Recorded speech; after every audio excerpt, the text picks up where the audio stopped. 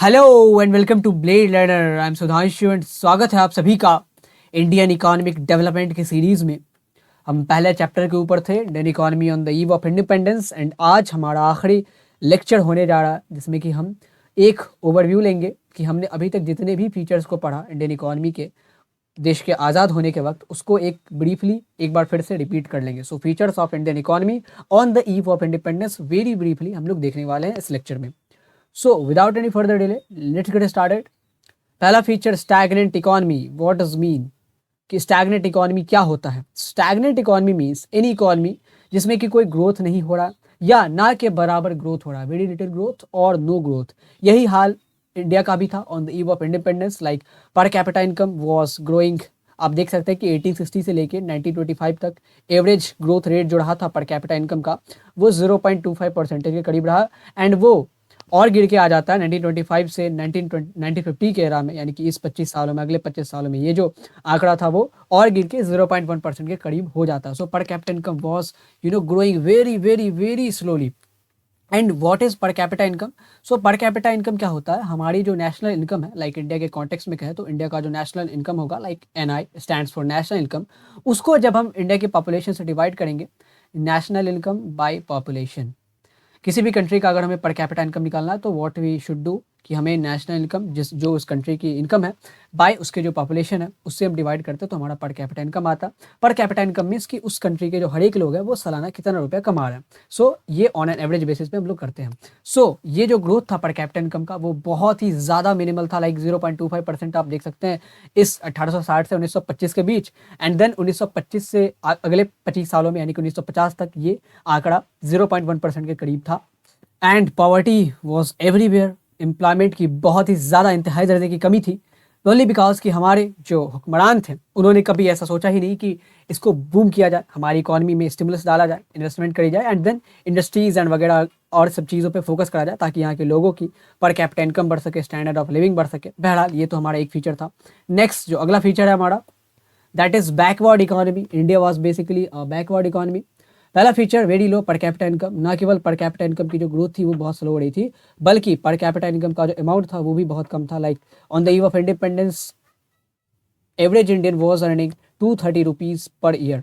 So that was below expectation. ये जो global standard था उससे बहुत ही ज़्यादा कम है। Like you can imagine by your self कि आपको अगर सालाना 230 रुपये दी जाए तो आप how do you spend this money? So that was the scenario, that was the bleak scenario, pathetic scenario of पर capita income on the eve of independence. उसके बाद बैकवर्ड इकोनॉमी में एक और चीज़ यहाँ जोड़नी चाहिए कि एग्रीकल्चर का जो आउटपुट था that was very low despite having 72% of the labour force involve in it. हमारा जो टोटल लेबर फोर्स था उसमें से 72% हिस्सा यानी कि more than 2/3 of our labour force was involve in agriculture, but the output was very low. Here you can see कि हमारा जो 72% ऑफ द लेबर फोर्स है, दैट मीन्स कि more than 2/3 of the labour force was involve in agriculture, but जो contribution होता था GDP में agriculture का वो 50% के करीब होता था। तो आप देख सकते हैं जितने लोग इन्वॉल्व है उतनी ज़्यादा प्रोडक्टिविटी नहीं हो रही है। एंड इंडस्ट्रीज़ में कैपिटल गुड्स इंडस्ट्री की बहुत ज़्यादा कमी थी, iron steel paper cement etcetera वगैरह की, because that needs investment, that needs incentivisation, that needs encouragement, जो कि कभी ब्रिटिशर्स ने करा नहीं। And here you can see the bleak scenario of industry and bleak growth of native entrepreneurs। यहाँ के जो नेटिव एंटरप्रेन्योर्स थे, नेटिव कैपिटलिस्ट क्लासेस थी, उनको कभी इंकरेजमेंट नहीं किया गया, उनको कभी इंसेंटिवाइज नहीं किया गया। एंड इससे क्या होता है कि हमारी जो मॉडर्न इंडस्ट्री थी, हमारी जो नेटिव इंडस्ट्री थी, वो ज़्यादा ग्रो नहीं कर पाती है टिल इंडिया गॉट इंडिपेंडेंस। उसके बाद अगला जो फीचर है हमारा, that is poor demographic profile. हमारा जो डेमोग्राफिक प्रोफाइल था यानी कि हमारी जो पॉपुलेशन का जो प्रोफाइल था वो बहुत ही ज़्यादा कमज़ोर था। Like we had high death rate almost crossing 40, यानी कि 1000 लोगों में से सालाना हमारे 40 लोग मारे जाते थे। So high death rate was roaring. And here you can see and infant mortality rate, one of the most pathetic scenario कि हमारे 1000 बच्चे का जन्म ले रहे साल में तो उसमें से 218 बच्चे 1 साल की आयु पूर्ण किए बिना ही उनकी डेथ हो जाती थी। So that was a scenario when it comes to infant mortality rate, it was 218 per 1000 children, कि 1000 बच्चे अगर जन्म ले रहे हैं तो उसमें से 218 बच्चे 1 साल की आयु पूरे किए बिना ही उनकी डेथ हो जाएगी, only because of malnutrition, only because of hygiene, only because of lack of awareness in the terms of nutrition and poor health facilities. उसके अलावा जो हमारा लिटरेसी रेट था दैट वाज हमारे पॉपुलेशन में ओवरऑल अगर देखा जाए मेल प्लस फीमेल, तो 100 लोगों में से केवल 16 लोग ही पढ़ एंड लिख सकते थे। लिटरेसी मीन्स कि आपको पढ़ना लिखना आता हो। सो 16% of the population including both male and female was literate. And female population की अगर बात करी जाए तो वो और ज़्यादा ख़राब थी स्थिति। उसमें से 100 में से 7 महिलाओं को ही पढ़ना लिखना आता था। सो फीमेल पॉपुलेशन में 100 में से 7 लोग, यानी कि 7% लिटरेसी रेट था eight the time of independence. Now the stats have changed drastically. अभी हमारे पास तकरीबन 75% का लिटरेसी रेट होता है, एंड किसी किसी राज्य में तो ये 95% से भी ऊपर, like Kerala and north east states.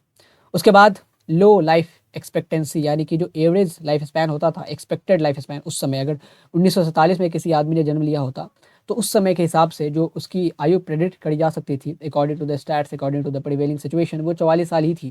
That means कि कोई आदमी अगर 1947 में जन्म ले रहा तो ऐसा कहा जाएगा कि वो 44 साल ही जीने वाला था। So that was again a big failure in the terms of health facilities, big failure in the terms of hygiene, nutrition etcetera. Here you can see poor health facilities were there, यानी कि demographic profile इतना जो ख़राब है हमारा, उसके पीछे एक रीज़न ये भी था कि हमारी हेल्थ फैसिलिटीज़ बहुत ही ज़्यादा इनसफिशिएंट थी। जितनी हमारी पॉपुलेशन की डिमांड थी उसको फुलफिल करने में बहुत ही ज़्यादा इनकेपेबल थी। Now moving towards the next feature, dependent economy. India was basically a dependent economy. Here you can see कि हमारे यहाँ ब्रिटेन से फिनिश गुड्स आते थे, इसीलिए हम, यानी कि हमारे यहाँ तो इंडस्ट्रीज पूरी बर्बाद कर दी गई।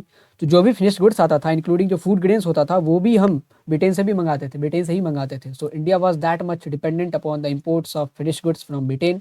सो India was a dependent economy. तो सरकार के पास एक बड़ा चैलेंज ये था कैसे हम इंडिया को सेल्फ सफिशिएंट बनाए, आत्मनिर्भर बनाए। उसके बाद लिमिटेड अर्बनाइजेशन, इंडिया में अर्बनाइजेशन बहुत ही लिमिटेड था। लाइक अगर आप स्टैट्स को देखेंगे, you can see the urban cities, stats को देखेंगे तो अर्बन पॉपुलेशन तकरीबन 14% के करीब थी एंड रूरल पॉपुलेशन तकरीबन 86% के करीब थी। लाइक इंडिया की जितनी भी टोटल पॉपुलेशन थी उसमें से 14% लोग अर्बन एरियाज़ में रह रहे थे एंड रूरल एरियाज़ में से 86% लोग रह रहे थे। हालांकि उसके बाद से urbanization took place on the massive scale and उसके बाद से हमारी अर्बन सिटीज़ में पॉपुलेशन डेंसिटी लगातार बढ़ती जाती है आफ्टर वी गॉट इंडिपेंडेंस। अगला जो फीचर है हमारा सेमी फ्यूडल इकोनॉमी। इसका मतलब क्या होता है कि इंडिया में उस समय at the time of independence zamindari भी थी एंड कैपिटलिज्म भी था। Zamindari means feudalism, that is the trait of feudalism. आप ज़मींदार हैं एंड आपके अंदर किसान काम कर रहा है, आप उनके प्रोड्यूस पे मजे मार रहे हैं। कैपिटलिज्म मीन्स कि आप आपने कैपिटल लगा के कोई इंडस्ट्री लगाई, दैट मीन्स आप उससे आपने रिस्क बेयर किया एंड उससे आप प्रॉफिट जनरेट कर रहे हैं, लेबर्स का यूज़ करके, कैपिटल का यूज़ करके, मशीनों का यूज़ करके। सो इंडिया में दोनों चीज़ें देखी जा सकती थी। अगर आप खेतों में देखते, एग्रीकल्चर में देखते तो ज़मींदारी बहुत prevalent thanks to the permanent settlement system, and अगर आप इंडस्ट्रीज़ में देखते तो कैपिटलिज्म वॉज देयर। तो इंडिया के पास बहुत दुविधाएं थी कि इंडिया का जो लेबर फोर्स था तभी वो बटा हुआ था। एग्रीकल्चर में देखेंगे तो mainly feudalistic kind of society थी एंड अगर इंडस्ट्रीज़ में देखेंगे, मैन्युफैक्चरिंग सेक्टर में, तो वहाँ पे कैपिटलिस्टिक सोसाइटी थी। तो हमें लेबर फोर्स की अगर प्रोडक्टिविटी ऑप्टिमम करनी थी तो सबसे पहला हमारा ये काम होना था कि हमें फ्यूडलिज्म को हटाना है। We need to abolish zamindari system and that's what we did. हमने लैंड रिफॉर्म्स लाया एंड देन पूरी की पूरी जमींदारी सिस्टम को ऑन द पेपर एबॉलिश कर दिया गया। हालांकि आज भी बहुत जगह प्रिवेलेंट है, लेकिन अब इंडिया एक अलग अप्रोच के थ्रू आगे बढ़ रहा। सो that was the semi feudal economy on the eve of independence. Feudalism भी था, कैपिटलिज्म भी था। सो ऐसा हम कह सकते हैं कि we were neither totally feudalistic nor totally capitalistic. So India was basically in मझधार कि वो फ्यूडलिज्म की तरफ जाए या कैपिटलिज्म की तरफ जाए। देन आगे चल के हमने ये सोचा कि नहीं, हम ना कैपिटलिज्म की तरफ जाएंगे, फ्यूडलिज्म को तो टोटली एबॉलिश ही करना है, ना हम कैपिटलिज्म की तरफ जाएंगे ना सोशलिज्म की तरफ जाएंगे। We will basically move towards the mix economy. अगला जो फीचर है वो कॉलोनियल इकोनॉमी।